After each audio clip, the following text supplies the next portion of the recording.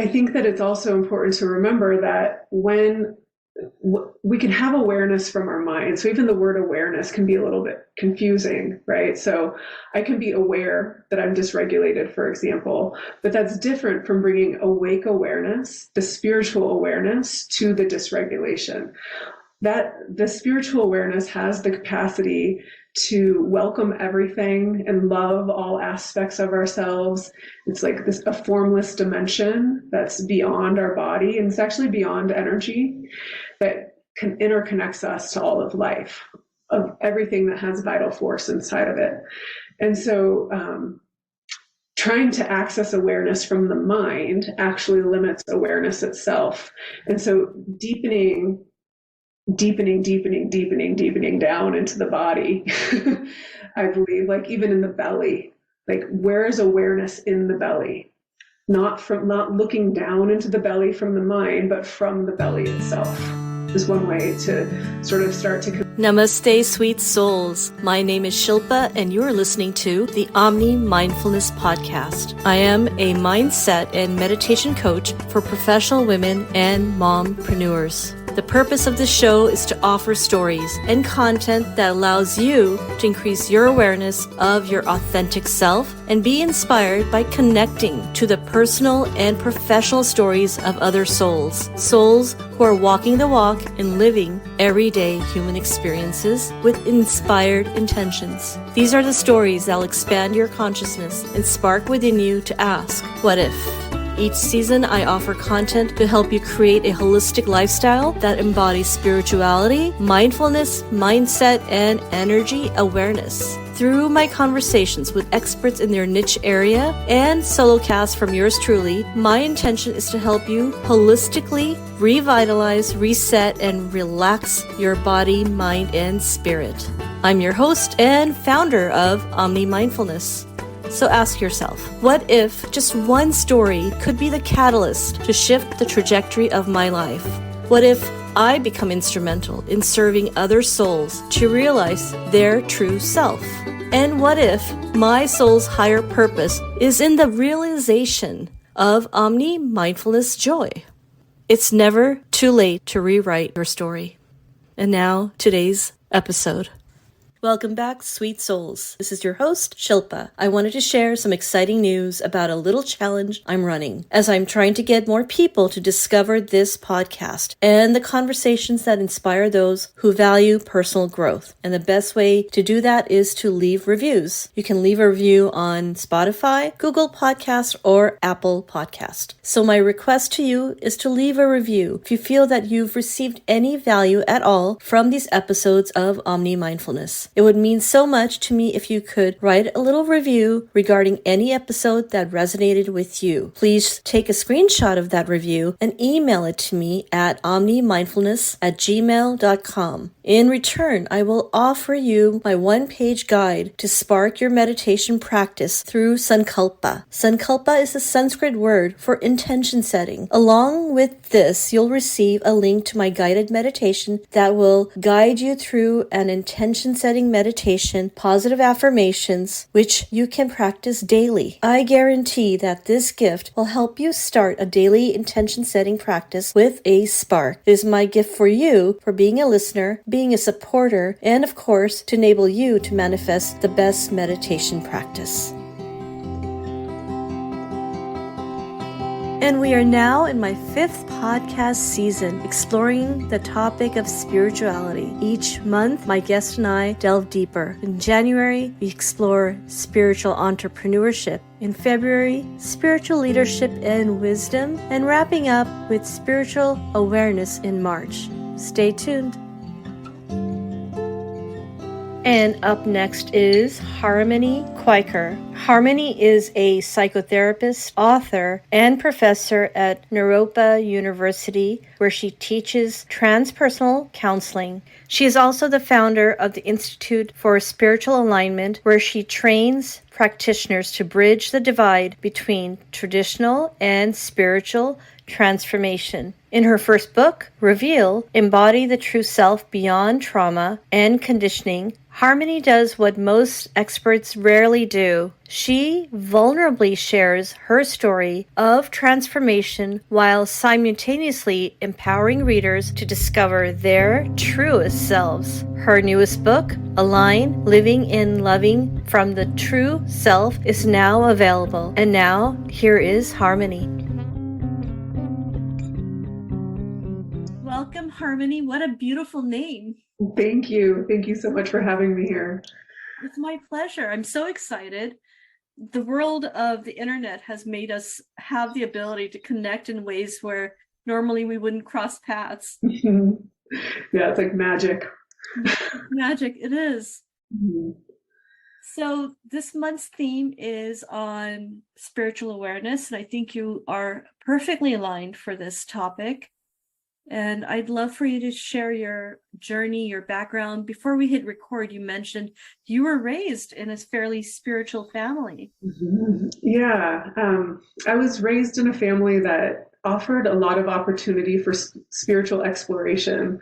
So for me to discover for myself what spirituality meant for me.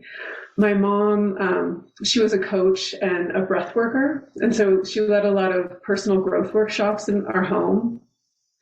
And when I was 6 years old, she asked me if I wanted to learn how to meditate. And so she took me to be initiated into transcendental meditation. And I was a very disciplined child, and I really loved having my own practice. And so I would go to my room by myself, and I would sit in this contemplative practice. For anybody who's listening who doesn't know, transcendental meditation is where a guru offers a mantra to repeat as you sit in meditation. And in repeating that mantra, you access higher states of consciousness. And I did. And I could hear the voice of deep wisdom within me from a very young age. And I really learned how to trust my intuition, trust my hearing, my seeing. And my parents really encouraged me to bring that with me into the family. Like they would defer to my intuition and ask me how it seemed to me. And so I really learned how to cultivate my senses at a really young age. I also, as I went through adolescence, experienced great suffering. I forgot. So I had this sort of anchor that was really beautiful and so sacred. And as I, developed my personality, I started believing that that's who I am. And I started listening to the thoughts in my mind, believing that truth existed in my mind.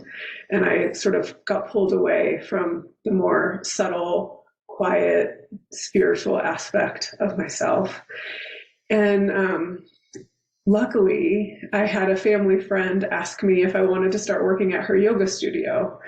And I started working there and eventually got certified to teach yoga and Pilates, but I reconnected with my meditation practice at that time. And I was in college as an undergraduate.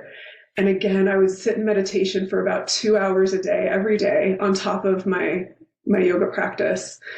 And again, awoke to the deeper aspect of myself by learning how to sit with my suffering. So not bypassing it in any way, but by really being with my pain from my awake awareness or spiritual awareness. And that is something we don't see often in our culture. I think it's increasing depending on the pockets of, I would say, network of people you align with. Mm-hmm. But I really encourage those who are listening to this that in the moments of suffering, I believe that this is of great value. But even if you're not suffering, why wait till the suffering, right? Mm-hmm. Mm-hmm. Yeah, I mean, there's two parts to that. And one is every single morning I sit in contemplative practice. So every morning and every night, and I've been doing this basically my whole life, moments of forgetting, but I find that if I'm not anchoring in consciously and intentionally, it's so easy to fall asleep to my true self, to who I really am. And I'm a psychotherapist and I teach transpersonal counseling at Naropa University here in Boulder. And so my life is very much dedicated to guiding people in using their pain as part of their transformation. And And so even with so much intention, living so intentionally, I find that if I don't dedicate to my practices, I can just so easily start paying attention to the chatter and fall asleep again and again. And before we hit record, I was sharing with you that I've been a part of this my entire life, but even I need to maintain the intention and consciously keep bringing myself back to a practice. I talked to someone this morning that I have to do this every day to stay grounded. Mm-hmm. Maybe you could share a little bit more now where you are. You were mentioning you're a psychotherapist and your journey towards writing your book, and maybe the title of your book. Yeah, so my newest book is Align, Living and Loving from the True Self. And it's a self-help book that really offers a lot of transpersonal teaching pieces and exercises, and also personal stories woven in to sort of anchor in to the teaching pieces that I'm offering. I actually had the seed of this book emerge inside of me when I was in my early 20s, when I was teaching yoga. And I awoke to myself again and remembered who I really am again. And I started writing this book, but I didn't have the maturity or the skill to really embody it. But it was always there inside of me, always wanting to come out. And so I went to graduate school, and I actually wrote another book titled Reveal, Embody the True Self Beyond Trauma and Conditioning. And that's actually a self-help memoir. So it's my story of learning how to embody my true self. But when I started teaching graduate school, so teaching therapists how to hold space from a transpersonal lens. And for those who don't know, transpersonal is a branch of philosophy and psychology and counseling that honors states of consciousness beyond the ordinary. So we honor spiritual experiences as an ordinary part of being human, and as a normal and healthy part of being human, excuse me, I misspoke there, as a healthy expression of our humanity. And it's actually the state that we return to as we move through our transformation. And so once I started teaching graduate school, I realized that the practices that I had cultivated in alone with my clients over the years, that there's like a map that I could create to teach people how to do this on their own. And so that is Align. And when you speak of coming back to this alignment, for those who are unfamiliar with alignment, you're talking about the spiritual body or being, and us aligning with that with the more physical being, correct? Yeah, this is really beautifully said. The way that I describe it is our vital force. When we're aligned, our vital force flows through the midline of our body. I call this the core of our being, with ease, like a pulsing river of light. So it's not like a stagnant like pull. It's like a pulsing river of light. And when we cling to our thoughts, cling to our ordinary mind or conditioned self, and reject or disown any aspect of ourselves, so the shadow, we distort our life force. And when we do that, there's a couple things happening. And one is our nervous system is dysregulated. So that's very much an embodied experience. So the vagus nerve really overlaps with where our alignment really pulses through our body. So when we're dysregulated, we're not in flow and we're not aligned. And so these are two elements. So the psychology of where our identity is seated, and also how available we are for our experience in terms of regulating our nervous system, really creates the internal environment to be able to align and allow our vital force, which I call the source that beats our heart, to really flow through us in a way that's aligned with the energy of the universe. And I often refer to the alignment in terms of as I mentioned just moments ago, the different bodies, and I think not everyone is aware of those different bodies, but also our ability to, how do I express this, to regulate the energy, the life force energy. That is something that is still subtle in the world that we live in right now. Yeah, so the subtle energy body is, I believe, the most honest expression of our human form. It really, it offers us so much information. And when I was 6 years old, when I first started my meditation practice, I realized I could see subtle energy, but nobody else was talking about it. And, I was raised by hippies. And so I would go to my crystal collection and grab a crystal and place it on somebody's heart when I could see that their heart center was cloaked by what I call emotional energy pollution, which is that dark, vaporous energy of the subtle body when there's unresolved experiences that we're holding on to that we need to metabolize. And I would instruct them to breathe into their heart, to try to get them to clear their energy. And then I would feel so just dissatisfied when it seemed to not work. So I had this full circle moment when I was in my private practice, probably about 10 years ago or so, when I was still a new clinician. And I realized I could still see subtle energy. I had just forgotten that I could see it. And I recognized that it was the most honest part of what was happening in a session. It gave me and my clients so much information about where the real work was. And so the subtle energy body is so profound, and I actually believe everybody can see it. And I have an example that I teach my students, which is if you walk into a bar that is really seedy, like a really seedy bar, even if nobody's in that bar, you walk in and you can feel the density of the energy there. It's dark and it's kind of heavy and thick. If you walked into a retreat center in Costa Rica, where all this healing happens and dance, and they tend to the land as sacred, and they eat vital food, and maybe it's even on a crystal grid, you walk in and you can feel the vitality of that place, right? And that's just an expression of subtle energy that I think we all have a reference point to. And is that just out of curiosity? Because I'm often learning more from my perspective, being raised Hindu. There was the doctrine part that I learned about. Now, on my own, I'm more into the whole holistic approach. But how does this fit in with when you were mentioning the crystal? Is that tied with Reiki? Just out of curiosity. I actually look at it more through the lens of our life urge versus our death urge.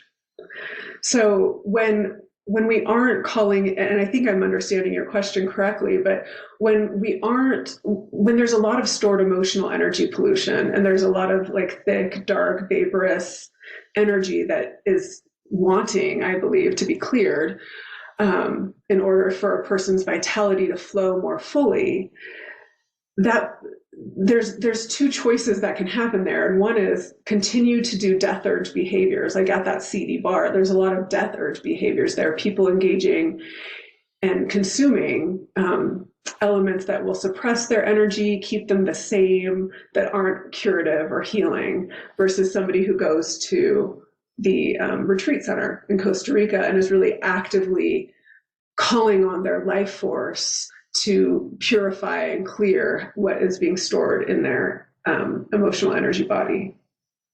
Yeah, that absolutely makes sense. Yes. And so now connecting that back to the true self, and in your book, the title is Align Living and Loving from the True Self. Maybe you can share the catalyst of what inspired you to label it as such, but also write it. Yeah. The catalyst for the title of the book is twofold. And one is my own journey of recognizing how I limited myself by believing that I was my personality, by following the patterns of my conditioned self, and how much awareness and courage and practice it took for me to discover how to truly embody and and come into the relational field, like with my husband, with my children, with my clients, with anybody I encounter, from the essence of who I am, not from the conditioned patterns that I developed when I was younger. And so then working with my clients and really developing an attuned eye for how a person leaves their healthy, aware state, how they fall asleep to the true self, to their spiritual awareness, right? And start believing that they are their conditioned patterns. And in my work with clients, utilizing that awareness as the catalyst to bring them back home to themselves. Like they have that within them already. And so in writing a line, I wrote it both for my students and for my clients. And so there are a lot of high level concepts. I teach Gestalt counseling at Naropa. And so there are a lot of theoretical concepts of Gestalt in the book, and along with the spiritual essence and the subtle energy body, but also how to bring that into your most intimate relationships. Because the closer we get to intimacy, the more clear we can become on how we've actually closed the doorway to our heart. Like we can see it more clearly the closer we get to intimacy. Like if we're using our strategies or trying to please our partner or blaming our partner, like all these little things that people do in relationship, and how to actually stay seated and allow the vitality to keep flowing through us in alignment the closer and closer we get to intimacy. Wonderful. And intimacy may not necessarily even be about the intimacy between a partner, but the intimacy with our heart space, correct? Correct, but also just emotional intimacy with other human beings. And so much of the work is I'm a unique individual, and yet there is no other. And this can become a very murky place for people of like honoring that transpersonal spiritual thread of oneness, but also honoring that I am an individual and I have my own needs and desires and values. As a soul. As a soul, yes. Yes. And I've recently been studying heart math. Mm-hmm. And my understanding is that the more coherence there is between our mind and our heart, and then that coherence state, embodiment of that, then helps us connect into more coherence with others around us. Mm-hmm. Yeah, one way that I describe it is that when our thoughts, our heart, and our will are aligned with the truth of who we are, when we're congruent with our thinking and our heart space and our action, our will, that's when we're truly in alignment. Absolutely. And do you believe that this alignment is a path to, say, healing? I think it's the expression of health. And so I think on the journey of healing, it's where we return to. Mm-hmm. And I like the fact that you've connected it back to the overarching theme of this month, which is really, it's about awareness. Often we forget, you mentioned a few times that through your life journey, you have to sometimes remind yourself of your higher self. Mm-hmm. Awareness. Yeah, I believe that that's part of the human condition, to fall asleep and wake up again, like many, many times. And over time, the spaces between sort of get shorter and we stay awake for longer periods of time and can sustain awake awareness as a stage rather than a state. Mm-hmm. I agree. I experienced that my entire life. Mm-hmm. And it's really difficult, even if you're on the path, at least for me, I'll speak for myself, that there are challenges because the conditioning of our mind and the patterns of behavior or habits, as well as maybe even cultural, some of the influences have you thinking or believing you are this, but what you really are is so much more. It's so much more than the mind can even conceive, right? Yes. Like from the ego space, we can't actually conceive of how grand and infinite we truly are. It is really challenging. And like you were saying, we go through moments of forgetting and becoming aware. Just a few days ago, I had dropped a practice that I do, not conscientiously, just getting overwhelmed with life, which is Qigong. And I finally did it yesterday with discipline and focus. And I felt like this exhilarated energy, this focused, it's hard to even describe, the subtle force of vitality that I had missed for weeks because I dropped a practice that I needed. Yeah, the stagnancy that can happen when we forget those sacred practices. Yes. Now, what kind of maybe 2 or 3 maybe examples you can give for the listeners that maybe in your book that are simple things that they can adapt in their life to reconnect to that alignment? I think the most accessible, the first one that I'll share is really tracking their life urge behaviors. So eating food that has a lot of vitality in it, rather than foods that are highly processed, and moving the body and exercising, doing those life affirming behaviors, like really allow us to embody our true self even more. Another practice that I created for myself, and this is as a Gestalt therapist, I create experiments for myself. And so I think that when a person is frustrated about a pattern that they keep doing, but they want to change, that it's a perfect opportunity to create sort of a social experiment for yourself where for a certain amount of time, just don't do that thing. If you're going to go, let's just say, to a party and you typically do this one behavior, just create the intention for yourself at the party. I'm not going to do this one thing. I don't know what I am going to do, but I'm not going to do that. And in creating that experiment, we sort of rearrange the way that we're relating to the world around us. And it gives us space to feel the dysregulation that's actually beneath the patterns, which would be the third thing that I would offer, which is learning how to be available for our own experience. Like really, even I see other clinicians do this often where people can so frequently mistake nervous system regulation for suppression. So somebody feels dysregulated, they want to feel regulated, so they start resisting their dysregulation, saying they're trying to regulate, right? So they're resisting their experience rather than being available for it on the level of sensation. So I believe that everything that we feel is valid, but the narratives that we create in an emotional state are likely not valid. And humans interrupt their ability to regulate by looping in thought, by listening to what they're thinking. And so by paying attention to the level of sensation, we actually shift into the subtle mind and we become more in touch with direct experience, which brings us to be more present. Right. And so then we can feel what's happening in our body and we can ask ourselves what it is that we need.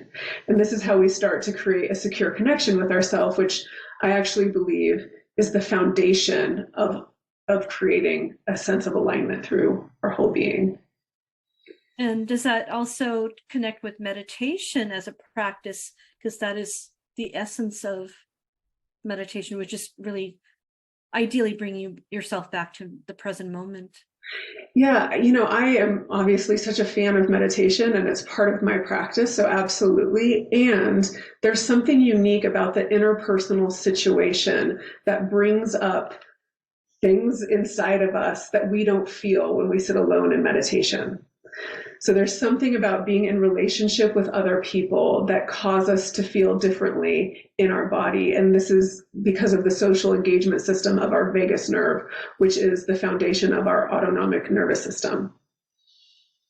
So I think what you're describing is that when we are in the sort of energetic vibrational level of other souls and beings that may first affect our brain because of our stories and our mind, but then it also affects our nervous system. Absolutely. Yeah. And so the difference, though, is that learning how to be available for our experience while we're engaging with other people, it's like, can be kind of tricky because that's where the patterns to try to find connection can really be activated as opposed to sitting alone in meditation. Both are important. They're both mindfulness practices, but one is a solo mindfulness practice and then one is interpersonal. Yeah. And just out of curiosity, how do you approach that interpersonal engagement when it affects you on an emotional level? Like, let's say it's some family member that triggers you. Mm-hmm. Yeah, I mean, so I think what's important for people to remember is that nobody makes us feel anyway, right? So even the family member doesn't trigger us, we feel triggered. So the language actually really matters when we're acknowledging that everything that we feel and see and experience is through our lens. We can become self-responsible in terms of showing up for ourselves. So when I'm emotionally activated, what do I need from myself, right? The mind can say, I need them to be different, but they're a mirror. They're showing me something inside of myself that needs to be integrated and seen and loved and cherished by me, not by them. So the other thing that's important to remember is that regulation isn't better than dysregulation. Regulation allows us to be clear, to rest, to access higher consciousness, because when we're dysregulated, our higher consciousness actually shuts down and we go into survival, right? So when we're regulated, we can access higher states of consciousness. But when we're dysregulated, if we're able to be available for our experience, we can integrate whatever is activated inside of us if we really show up for ourselves. If we start to follow that fight, flight, freeze, fawn response and need my whoever family member to be different, then I'm staying looped in my trauma response rather than coming back home to myself. Yeah, I've been following some individuals in this space as well who often talk about feel the feelings and acknowledging it in your body, fully embodying it. Because if you don't, then it becomes those blocked energies that turn into things that are unpleasant. Absolutely. Yeah. Yeah. And it's really based in the neuroscience of it also, of emotions equal integration. It's really where we come back to a sense of integration and wholeness when we're able to feel what our emotional body is expressing and honor that our nervous system has a wisdom and that we can learn from it and we can touch ourselves in a deeper way by listening to what's happening.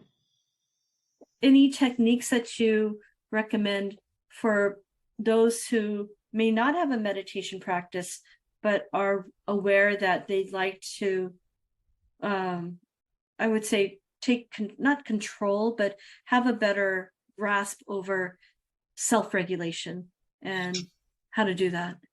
Yeah, there's two sort of different ways to approach it. And one is top down, right? So if I notice that my mind is looping in thought and starting at the top and moving my way down to the body, I can ask myself, what feeling is beneath that thought? Because anytime we're looping in a thought, we're feeling something beneath that.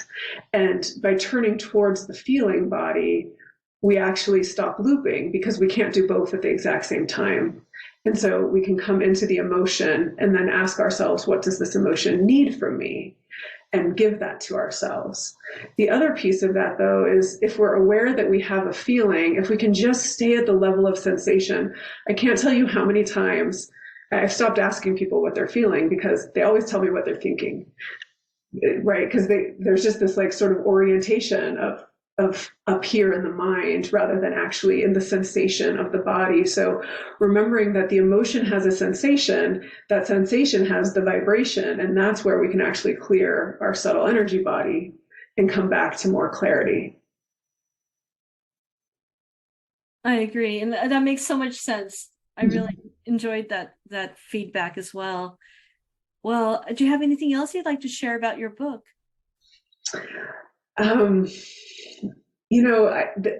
Align is sort of the culmination of 20 years of both my own personal development and my learning in the field of psychology, and it really bridges the spiritual, like this very sort of transpersonal concepts that aren't typically taught in psychological spaces as I teach, bridging that with psychology. And so it really maps out for a person how to be more aware of their psychology, their nervous system regulation in service of honoring their spiritual self.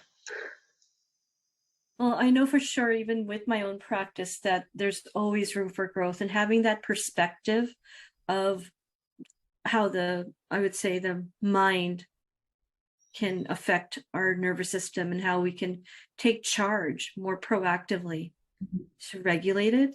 That's something that for sure I know my audience would appreciate. Any parting words on overall the concept of spiritual awareness, because there's so many connotations around spirituality, and just to demystify that term, but also your take on it. Yeah, so for me, spirituality is a felt sense. It's an experience that's unique to all of us. And so often giving language to something so intimate to our being can kind of limit it a little bit. So learning how to give language to something that's so expansive takes a tremendous amount of dedication, I believe, to really embody that spiritual awareness. I think that it's also important to remember that when we can have awareness from our mind. So even the word awareness can be a little bit confusing, right? So I can be aware that I'm dysregulated, for example, but that's different from bringing awake awareness, the spiritual awareness, to the dysregulation. That the spiritual awareness has the capacity to welcome everything and love all aspects of ourselves. It's like a formless dimension that's beyond our body, and it's actually beyond energy, that interconnects us to all of life, of everything that has vital force inside of it. And so trying to access awareness from the mind actually limits awareness itself. And so deepening down into the body. I believe, like even in the belly, like where is awareness in the belly? Not looking down into the belly from the mind, but from the belly itself is one way to sort of start to conceptualize awareness separate from attention. Yeah, it's a subtle thing, and I understand what you're saying, though, that awareness, like even when I do Qigong, often we talk about the energy in our center and the chakra, and often that gut knowing, but that's not from here. I think Absolutely. in the logical world, the Western world, even my background, which was in computer science, I'm often here. But my practice is telling me to trust the heart, to trust that gut. Yeah, absolutely. I look forward to going deeper into your book and learning this techniques and practicing them, because I believe there's always room for growth. Yeah, thank you. Thank you so much. I think that as a lifelong learner, it's really important to remember that there are no mistakes and there's no even like backtracking. We're either stepping forward consciously or we're stepping forward unconsciously, right? And we can learn and grow and deepen every step of the way. Absolutely. Yeah. I'm a lifelong learner, and that more, again, going back to the spirituality of it, in the expansive state, when we're expanding, there's so much awareness of knowledge that we need to become cognizant of. That's beyond just this cerebral brain. Yeah, the inherent intelligence. Yes. So thank you so much. I really enjoyed this conversation. Perhaps I can have you back in the near future on a similar topic. I would love to be back, and I had so much fun connecting with you and talking with you about this. Thank you so much. Oh, I am so grateful, Harmony. I just love your name. So beautiful. Thank you. Well, I'll have you soon. Bye. Thanks again for tuning in. Check out the links in the description, and please subscribe, follow, and share, and continue to practice Omni Mindfulness.